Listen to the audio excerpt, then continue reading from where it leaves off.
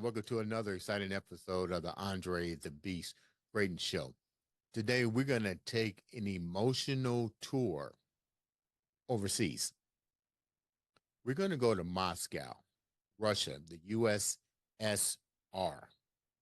and listen to a beautiful story of healing and how this individual has basically brought her message to the U.S. and agreed to share it on the I Am Beast show today. It's 8 p.m. in Moscow. It's 1:30 p.m. here in the United States. And matter of fact, Indianapolis, Indiana. I'd like to welcome to the show. Let me see if I can get the name right because it's Russian. And Vedi. Did I get it right, Ann? Yes, you're right. Thank you very much for the invitation and hello, everyone. I'm really happy to be here to talk about my music and my pathways in music and my background. So, Ann, tell me a little bit about yourself before we get into your culture and your music genre. Who exactly is Ann? Well, I am a human at first, and second at first, I'm doing my music because I think this is the way I should live. Well, then, the, if we go back then to 90s, Okay. when I asked my parents to buy me a violin, I was just 3 years old, and they are not musicians. They are engineers and architecture. My mother architect. They didn't notice my requests at first time, but at fourth, I started to.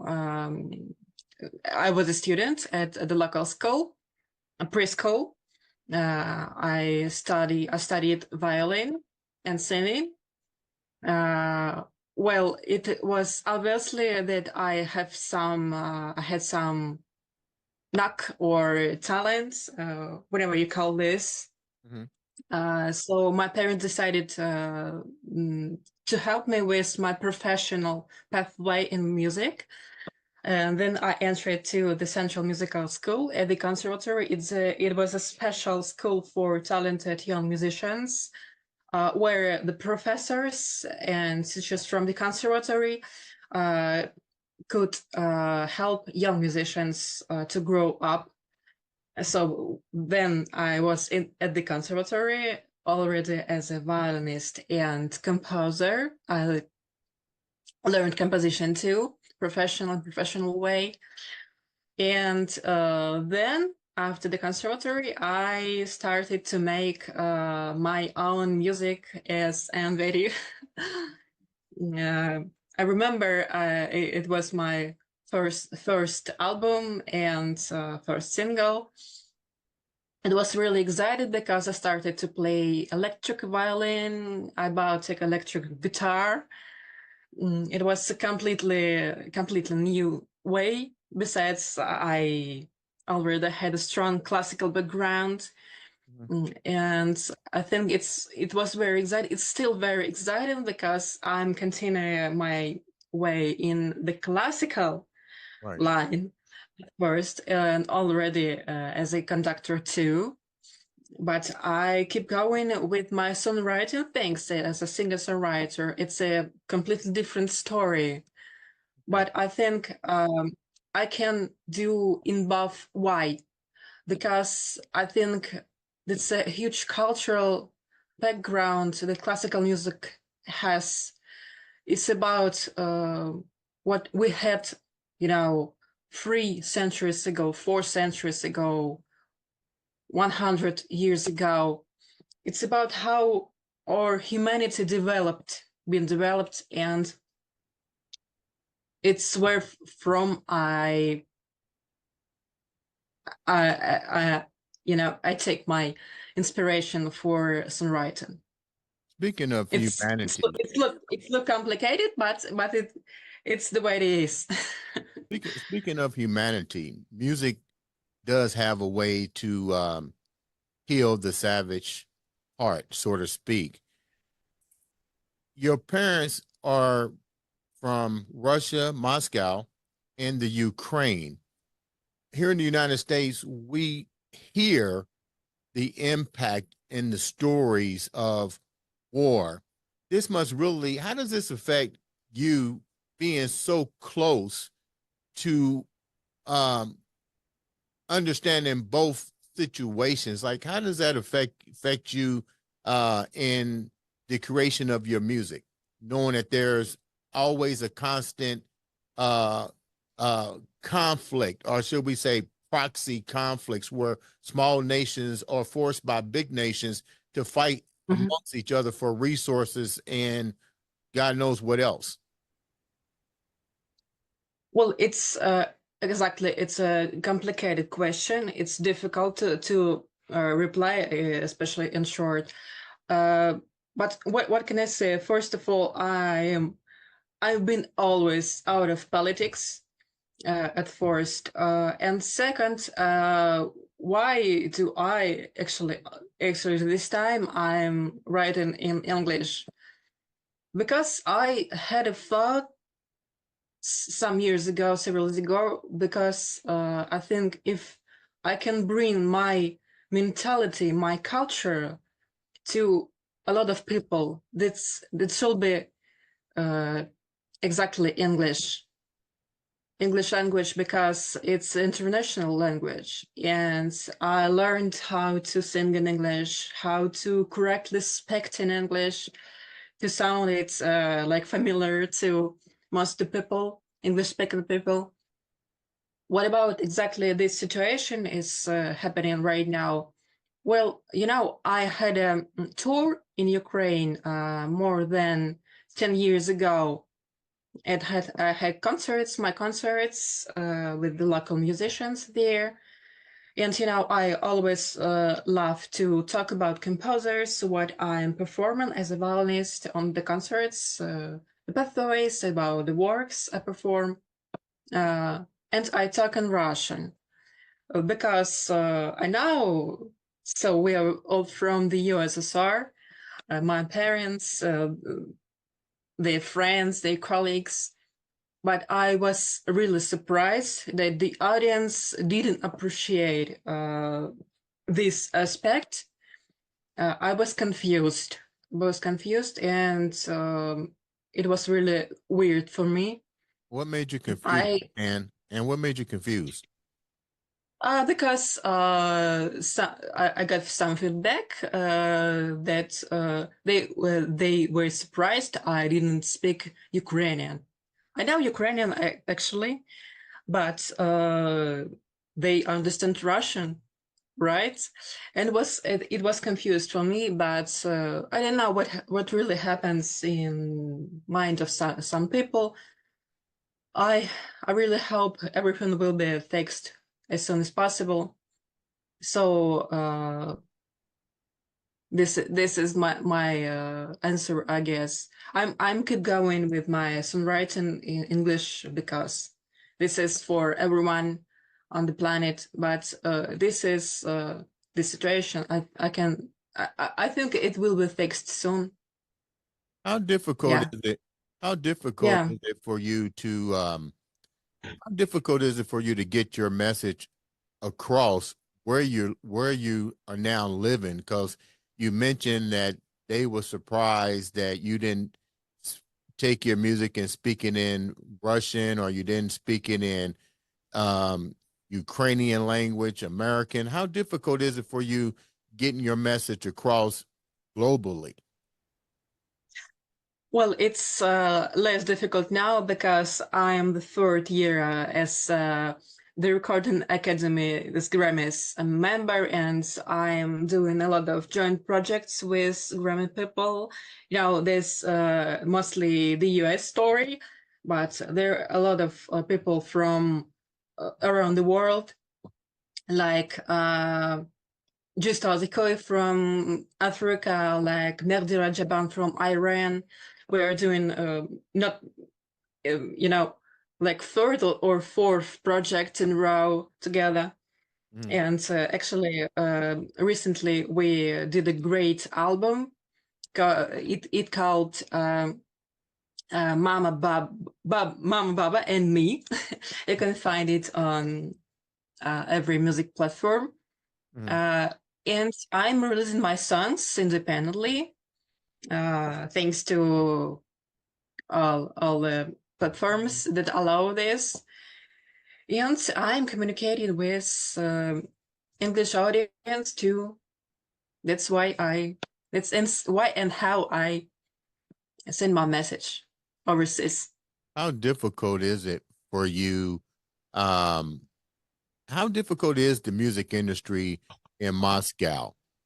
Like, is do they accept music on a higher plateau in Russia, um, versus, like, it's really big here in the United States. I mean, there's tons of musical artists here in the United States.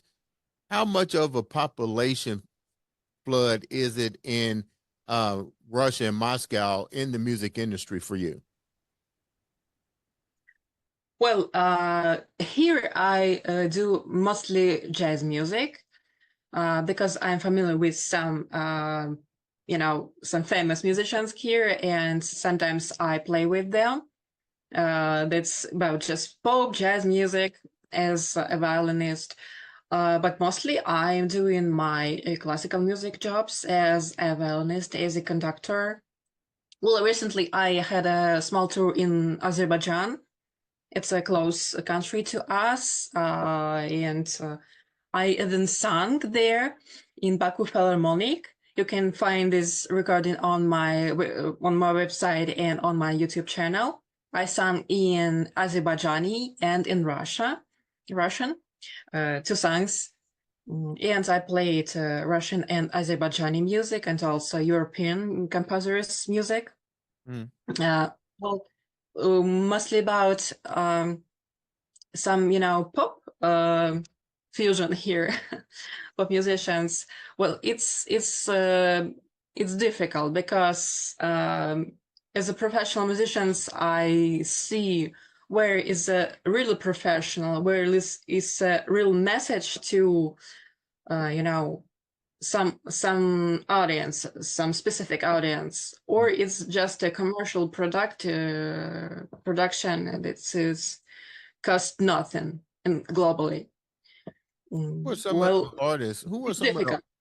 Who are some of the artists that who are some of the famous artists that you've worked with in Moscow? And are there any artists in here in the United States that you want to collaborate with?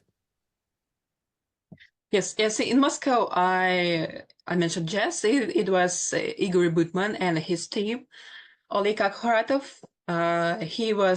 He's a pianist and singer. He was a winner of Sarah Vaughan jazz vocal competition in the US, and actually he studied in the US because he is a blind pianist from his birth, and it was a special school in the US where he studied.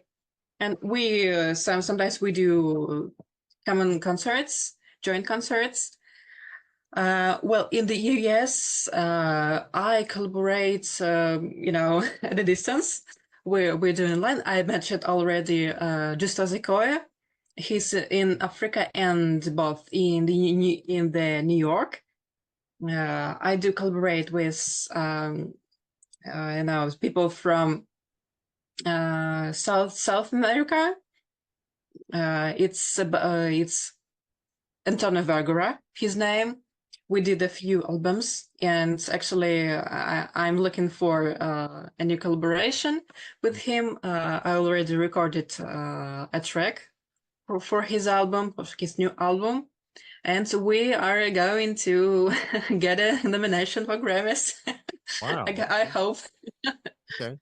So the next question is, we play your music on I Am Beast Radio, and it's different. I sense a lot of emotional healing in your music. I sense a lot of spiritual awareness or enlightenment in your music. Tell me a little bit about what your music is really about for the audience that listens to it but can't quite grasp the meaning of it. I did when Okay. I heard it, and thank you for sending it to us. I love it, but there's a lot of emotion in each one of these songs that have been written and produced by you. Tell me a little bit about how that comes about and what's the purpose of it. Well, when I started to write songs in a contemporary way, I did a lot of songs like vocalizes, romances, like in 19th century. But when I started to make those contemporary thing, uh, I knew that I should do a really different thing aside of pop music. I love pop. But aside of rock music, I love rock too. uh, and actually, aside of like storytelling, where is Adele, for example, grew up from. Uh, it's about kind of mix of genres. That's why I have some difficulties sometimes to put my song to specific genre when I release it. But mostly is about um, how to overcome some difficulties in life, how to stay strong, stay mentally healthy because of a lot of pressure, a lot of stress, a lot of situations in the world, and do things that you think you are doing right. Because if you think you're doing something wrong, it hurts inside. Hmm. Yeah. Actually, I do have a song that called Music Heals. I wrote it 3 years ago. Okay. When I had my first COVID. Oh my god. Yeah, it was like healing not just mentally but physically too. Hmm. And for example, the song of 2022, My Sweet Lord, it looks like some religious message to God, to the universe. Actually, it was an act of kindness and thankfulness, because this time I had another COVID and I actually lost my voice for the first time in my life, and I didn't know, can I overcome this? Can I go through this? Can doctors do their magic? I just prayed or something like this. Did you say, And when didn't mean I to, didn't mean to cut you when I off, man, when, but did you say you lost your boys? Did I hear you correctly? yeah You lost yeah your yeah son? yeah But, yeah, it was like another version of COVID that affected vocal cords, and it was for a lot of people. I found it, and it was for me too. What? But it disappeared. I get my voice back, and I wrote this song. It's actually on my YouTube channel too. And as you asked me about the healing, this is two aspects, and physically healing. That's how I thankful to everyone who helped me with this, and it's a mental aspect too. How long was the journey to get your boys back? How long did getting them back put a freeze on your career because you had to deal with the legal aspect of getting them back? How long was that process? Well, it was about 2 months because those year in summer I had a COVID, very very difficult COVID, and then I lost my voice. And the song I released in already in November, so I recorded it in October. So very shortly, but for me, very impactful. I repeat myself, I lost my voice for the first time in my life. Never did this. How did you lose your And voice? And how did you lose your voice? well, I actually, well, I wasn't able to speak and sing as Just the flu, as usual. you have COVID. What was the medical complication? Yeah. It was COVID? Yeah. Wow. I never heard of that. So you wind up contracting COVID, and in the process, you Yeah. lost your voice. Yeah. Wow. Mhm. And how long was that journey of recovery for you? Well, full recovery was about 6 months plus minus one. But I was able to record the song already in October 2022. What is your favorite song? You got some pretty interesting work out there in the music, with your music. But what's two of your favorite composers? I mean, what are your two favorite songs that you composed? Well, mine, well, it's complicated, very complicated because it's like a child. Every song, every album, every orchestral work is like a child that was born out of you. And it grew up fixing some things, editing, mastering. And I don't know, actually every song I work on is my favorite because all my thoughts on my, oh my god, I even don't sleep several nights if it needs to be like this to finish the song or to finish the orchestral piece work. I think it is. What is the difference?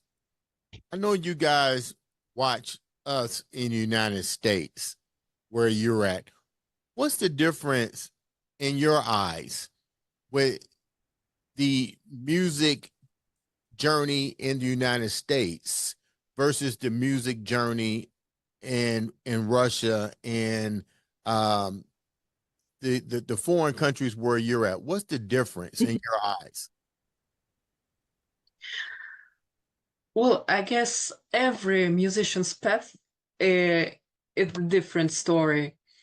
Aside of where he or she's from and where he or she lives right now.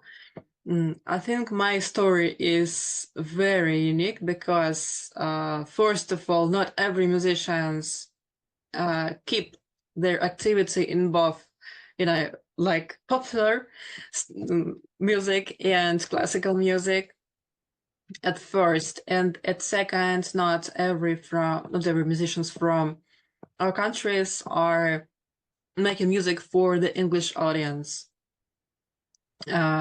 This is the second, and the third. I think I don't know.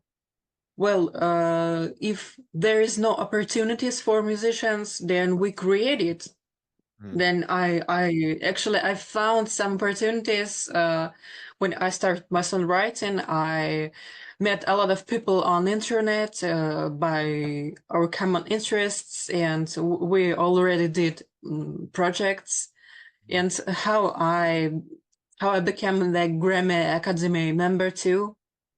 It's about how to find opportunities How does your aside of everything. how does your family and your friends feel about your music? Because like I said, it is different, it's very unique. what are some of the what are some of the replies and stuff that you're getting in your country about your music?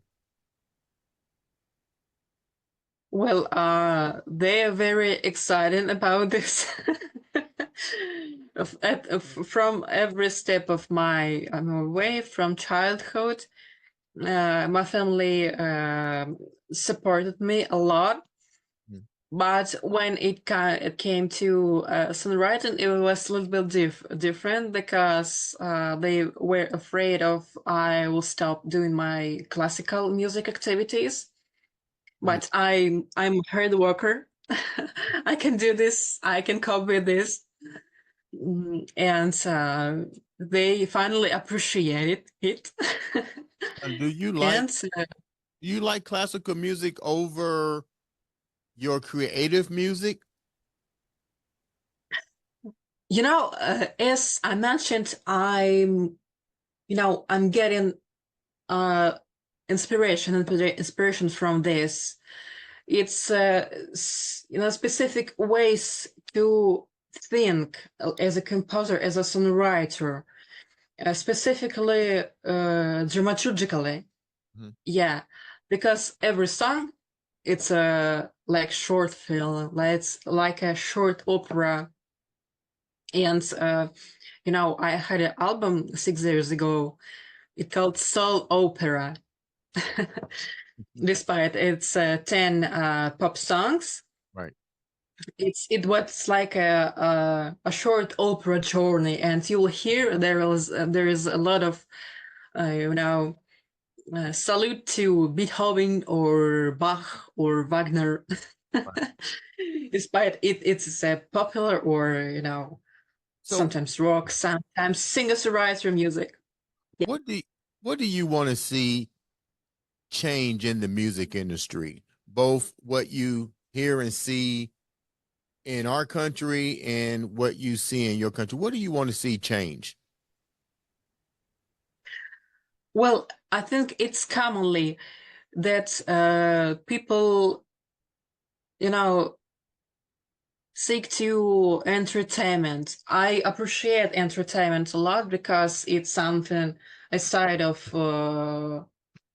business, work, hard work, and just people want to relax or something. But I know this art of music is creates specific atmosphere to think about more than just entertainment. Mm.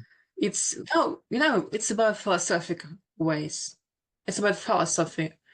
That people should think more about the soul than the body. Mm.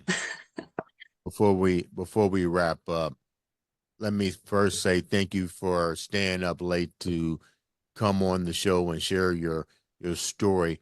What is your end game? And what's your end game? What's your purpose, should I say? What's your purpose for all this? Well, my purpose is um, well, I mentioned this today in details, but overall thing is I think I have some mission, and it's about, as you mentioned, to heal the souls, to heal human minds, to help them with overcoming of stress, of difficult situations. Well, now when I had a concert at 9 years old.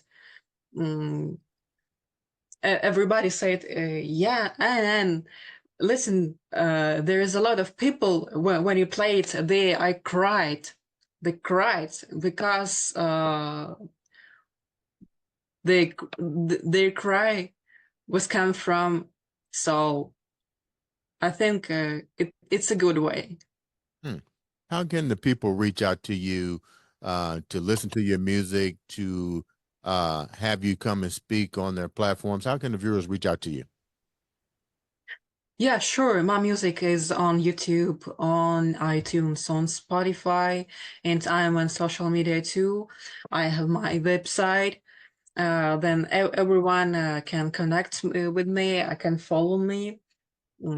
So my colleagues can request anything about collaboration with me, because as I mentioned, I'm violinist, vocalist, and composer, and arranger, and conductor. I'm doing a lot of things, and I'm doing everything professionally. Now, what's your website? Because you didn't give us your website. What's your website call Yeah, numbers?